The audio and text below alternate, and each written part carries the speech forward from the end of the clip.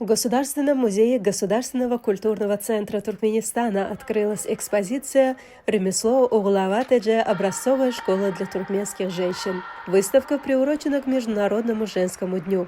В экспозиции представлены работы Углават Бердымухамедовой, которая внесла весомый вклад в сохранение и передачу будущим поколениям традиций декоративно-прикладного искусства. Центральное место в коллекции занимают личные изделия мастерицы. Среди них женская свадебная накидка кюрте и традиционные шерстяные носки.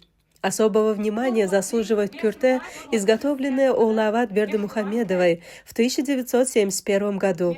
Это изделие признано образцом высокого мастерства. На его создание у мастерицы ушло 20 дней кропотливого труда.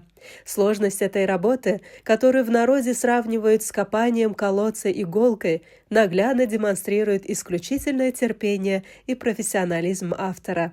Среди экспонатов представлены и профессиональные инструменты мастерицы, в том числе приспособления для плетения аладжа, национальных плетеных оберегов. Это повязки из разноцветных нитей. Здесь показан инструмент, выполненный из прочной древесины ильма, что подчеркивает верность автора исконным методам работы, где качество оснастки напрямую влияло на безупречный результат. Проект призван показать связь поколений через искусство рукоделия.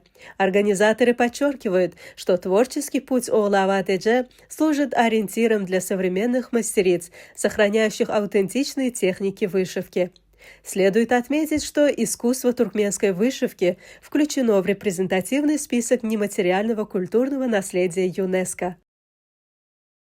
Здесь выставлена различная одежда, которая относится к XIX-XX веку туркменского народа. На экспозиции музея можно увидеть различные головные накидки, присущие молодым невестам туркменского народа. Каждая девушка, которая выходит замуж, обязательно своими руками шила, также украшала национальной вышивкой кетени свою курте. У туркменских женщин даже был строгий цветовой порядок. Пользуясь случаем, хочу поблагодарить национального лидера туркменского народа, героя Аркадага, а также уважаемого президента Туркменистана Аркадаглы, героя Сердара, за предоставляемые большие возможности в сфере культуры.